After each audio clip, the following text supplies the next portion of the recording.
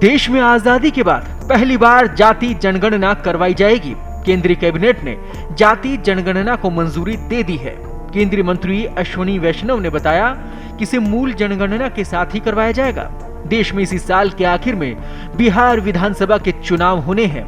कांग्रेस समेत तमाम विपक्षी दल जाति जनगणना कराने की मांग करते रहे हैं। ऐसे में कयास लगाए जा रहे हैं कि जाति जनगणना की शुरुआत सितंबर में की जा सकती है। हालांकि जनगणना की प्रोसेस पूरी होने में 1 साल लगेगा। ऐसे में जनगणना के अंतिम आंकड़े 2026 के अंत तक या 2027 की शुरुआत में मिल सकेंगे। देश में पिछली जनगणना 2011 में हुई थी। इसे हर 10 साल में किया जाता है।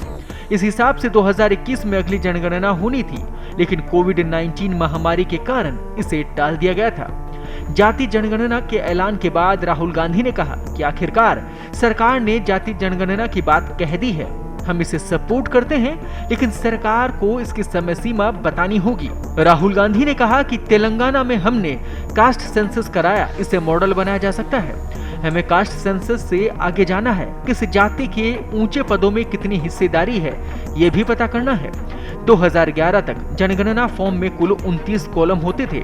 इनमें नाम, पता, व्यवसाय, शिक्षा, रोजगार और माइग्रेशन जैसे सवालों के साथ ही केवल SC और ST कैटेगरी से ताल्लुक रखने को रिकॉर्ड किया जाता था। अब जाति जनगणना के लिए इसमें एक्स्ट्रा कॉलम जोड़े जा सकते हैं। नेता प्रतिपक्ष राहुल गांधी ने 2023 में सबसे पहले जाति जनगणना की मांग की थी। इसके बाद वे देश की कई सभाओं और फोरम पर केंद्र से जाति जनगणना कराने की मांग करते रहे हैं। वहीं कांग्रेस समेत BJD, SP, RJD, BSP, NCP, Sharad Pawar देश में जातिगत जनगणना की मांग करते रहे हैं। केंद्रीय गृह मंत्री अमित शाह ने अगस्त 2024 में कहा था कि जनगणना उचित समय पर होगी और ये 2025 में शुरू हो सकती है, जिसमें डेटा 2026 तक प्रकाशित हो सकता है। आमतौर पर बीजेपी के नेता जाति जनगणना पर संभल कर प्रतिक्रिया देते रहे हैं। ऐसे में जनगणना में जाति की भी गिनती कराने का फैसला कई लोगों को हैरान भी कर सकता है।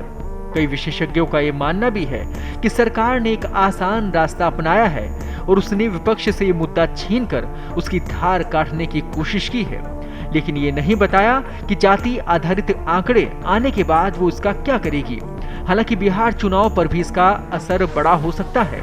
समीकरण आगे क्या है और राजनीतिक प्रभाव क्या होंगे, ये तो भविष्य के गर्भ में है, लेकिन ये तो तय है कि पहलगाम हमले के बाद ये फैसला बड़े मायने रखेगा। ताजा अपडेट्स और बड़ी खबरों के लिए बने रहें पत्रिका के साथ। मैं हूं आपके साथ कृपाशंकर शर्मा।